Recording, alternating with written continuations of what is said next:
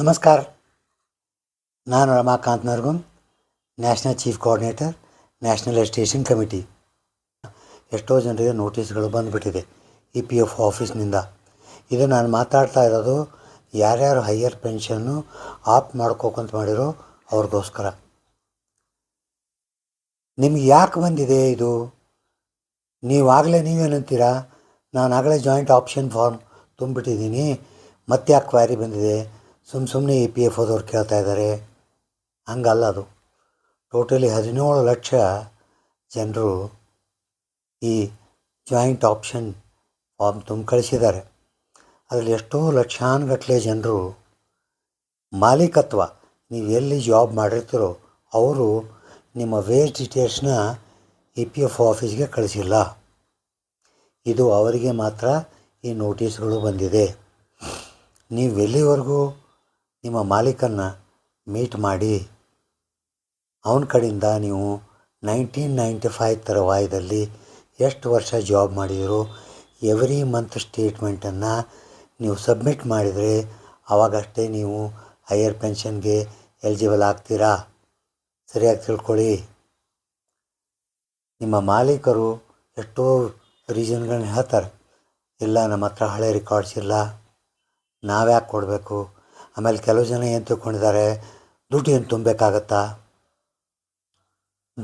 ಗುಂಪಿನಿಂದ ನಿಮ್ಮ ಕಂಪನಿಗಳಿಗೆ ಹೋಗಿ ನಿಮ್ಮ ಮಾಲೀಕರ ಜೊತೆಗೆ ಮಾತಾಡಿ, ನೋಡಿ ಸ್ವಾಮಿ, ನಿಮ್ಮ ಕಡೆ ರಿಟೈರ್ಮೆಂಟ್ ಆದಮೇಲೆ ಸರ್ಕಾರ ಏನೋ ಒಂದು ಪೆನ್ಷನ್ ಕೊಡ್ಬೇಕಂತ ಮಾಡ್ಯದ, ದಯಮಾಡಿ ನಮ್ಮ ರೆಕಾರ್ಡ್ಗಳನ್ನ ಅಪ್ಡೇಟ್ ಮಾಡಿ ಆದಷ್ಟು ಬೇಗ ಅಪ್ಲೋಡ್ ಮಾಡಿ EPF ಆಫೀಸಿಗೆ ಕಳಿಸ್ರಿ.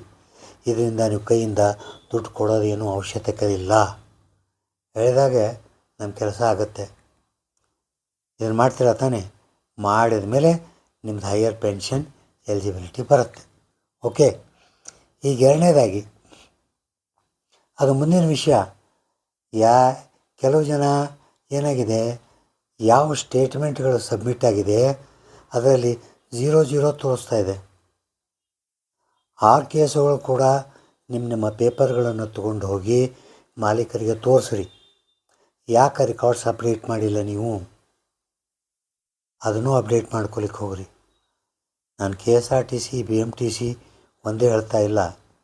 ಶುಗರ್ ಇಂಡಸ್ಟ್ರೀಸ್ ಇರ್ಬೋದು, ಸಿಮೆಂಟ್ ಇಂಡಸ್ಟ್ರೀಸ್ ಇರ್ಬೋದು, HMT ಇರ್ಬೋದು, HAL ಇರ್ಬೋದು, ಎಲ್ಲ ಇಂಡಸ್ಟ್ರಿಗಳು ಈ ಕೆಲಸವನ್ನು ಮೊದಲಾಗ ಮಾಡಿರಿ. ಆಮೇಲೆ ನಾವೇನು ಸುಪ್ರೀಂ ಕೋರ್ಟಿಂದ ಏನು ಗೆದ್ದಿದ್ದೀವಿ ಹೈಯರ್ ಪೆನ್ಷನ್ಗೆ, ಅದು ನಿಮಗೆ ಲಾಗು ಆಗುತ್ತೆ. ಈಗ ಎರಡನೇದಾಗಿ ನಿಮ್ಗೆ ಹೋದ್ಮೇಲೆ ನಿಮ್ಗೊಂದು ಡಿಮ್ಯಾಂಡ್ ನೋಟಿಸ್ ಬರುತ್ತೆ.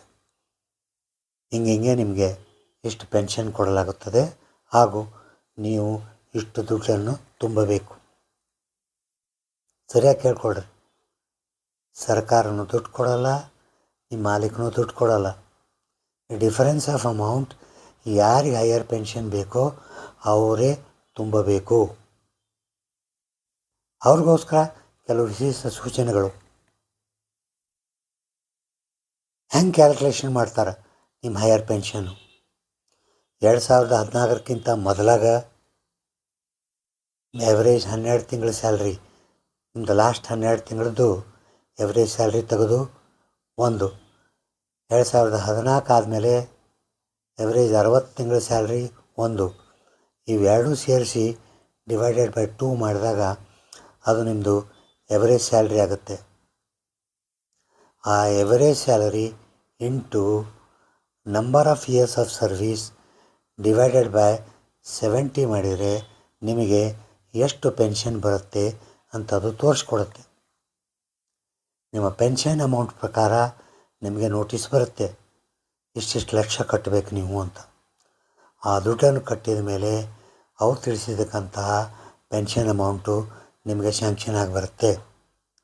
ಆ ಪೆನ್ಷನ್ನಲ್ಲಿ DA ಇಲ್ಲ, ಹೆಲ್ತ್ ಬೆನಿಫಿಟ್ ಇಲ್ಲ. ಅಂಡರ್ಲೈನ್ ಮಾಡ್ಕೊರಿ ಇದನ್ನು.